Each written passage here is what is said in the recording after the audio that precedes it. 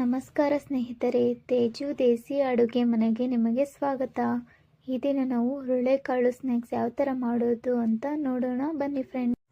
ಮೊದಲಿಗೆ ಹುರುಳಿಕಾಳುಗಳನ್ನು ತಗೊಂಡು ಅದನ್ನು ಕ್ಲೀನ್ ಮಾಡಿ ನೆನೆಯೋಕ್ಕೆ ಹಾಕೋಣ ಫ್ರೆಂಡ್ಸ್. ಅದು 2 ರಿಂದ 3 ತಾಸು ನೆನೆಯಲಿ. ನಂತರ ನೀರು ಬಸಿದು ಒಂದು ಕಾಟನ್ ಬಟ್ಟೆಯಲ್ಲಿ ಹರೋದಕ್ಕೆ ಹಾಕೋಣ. ನೀರಿನಂಶ ಎಲ್ಲ ಹೋದ್ಮೇಲೆ ಒಂದು ತಟ್ಟೆಯಲ್ಲಿ ತೆಗೆದಿಟ್ಕೊಂಡು ಸ್ಟವ್ ಹಚ್ಚಿ ಕಡಾಯಿ ಕಾಯೋದಕ್ಕೆ ಇಡೋಣ ಫ್ರೆಂಡ್ಸ್.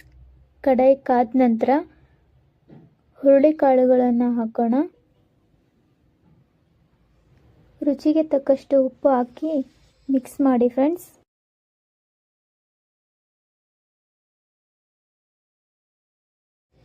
ನಂತರ ಚಟಾಪಟ ಅಂತ ಸೌಂಡ್ ಬರುತ್ತೆ. ಈ ಟೈಮಲ್ಲಿ ಸ್ಟವ್ ಸಣ್ಣ ಮಾಡಿ 1 ಸ್ಪೂನ್ ಎಣ್ಣೆ ಹಾಕಿ ಮಿಕ್ಸ್ ಮಾಡಿ ಫ್ರೆಂಡ್ಸ್.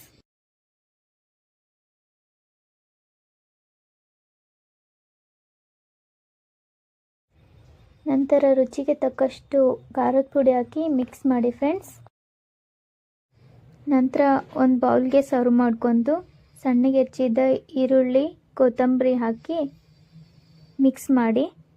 ನಂತರ ನಿಂಬೆ ಹುಳಿ ಸ್ವಲ್ಪ ಹಿಂಡಿ ಮಿಕ್ಸ್ ಮಾಡಿ ಸರ್ವ್ ಮಾಡಿದರೆ ಹುರುಳಿಕಾಳು ಸ್ನ್ಯಾಕ್ಸ್ ರೆಡಿ. ಈ ವಿಡಿಯೋ ನಿಮಗೆ ಇಷ್ಟ ಆದರೆ ಲೈಕ್ ಮಾಡಿ, ಶೇರ್ ಮಾಡಿ, ಸಬ್ಸ್ಕ್ರೈಬ್ ಮಾಡಿ ಫ್ರೆಂಡ್ಸ್. ಸಪೋರ್ಟ್ ಮಾಡಿ ಫ್ರೆಂಡ್ಸ್. Thank you.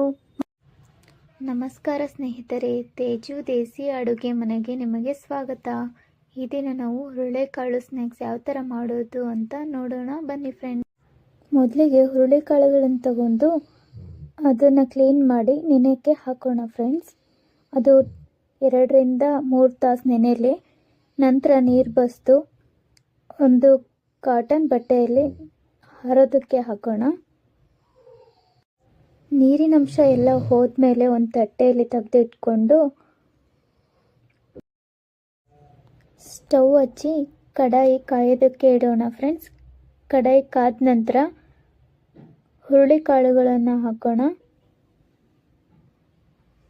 ರುಚಿಗೆ ತಕ್ಕಷ್ಟು ಉಪ್ಪು ಹಾಕಿ ಮಿಕ್ಸ್ ಮಾಡಿ ಫ್ರೆಂಡ್ಸ್.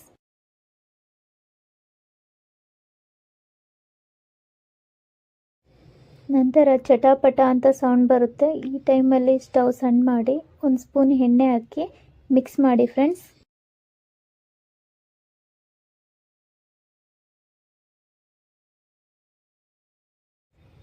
ನಂತರ ರುಚಿಗೆ ತಕ್ಕಷ್ಟು ಖಾರದ ಪುಡಿ ಹಾಕಿ ಮಿಕ್ಸ್ ಮಾಡಿ ಫ್ರೆಂಡ್ಸ್. ನಂತರ ಒಂದು ಬೌಲ್ಗೆ ಸರ್ವ್ ಮಾಡ್ಕೊಂಡು ಸಣ್ಣಗೆ ಹೆಚ್ಚಿದ ಈರುಳ್ಳಿ, ಕೊತ್ತಂಬರಿ ಹಾಕಿ ಮಿಕ್ಸ್ ಮಾಡಿ. ನಂತರ ನಿಂಬೆ ಹುಳಿ ಸ್ವಲ್ಪ ಹಿಂಡಿ ಮಿಕ್ಸ್ ಮಾಡಿ ಸರ್ವ್ ಮಾಡಿದರೆ ಹುರುಳಿಕಾಳು ಸ್ನ್ಯಾಕ್ಸ್ ರೆಡಿ. ಈ ವಿಡಿಯೋ ನಿಮಗೆ ಇಷ್ಟ ಆದರೆ ಲೈಕ್ ಮಾಡಿ, ಶೇರ್ ಮಾಡಿ, ಸಬ್ಸ್ಕ್ರೈಬ್ ಮಾಡಿ ಫ್ರೆಂಡ್ಸ್. ಸಪೋರ್ಟ್ ಮಾಡಿ ಫ್ರೆಂಡ್ಸ್. Thank you.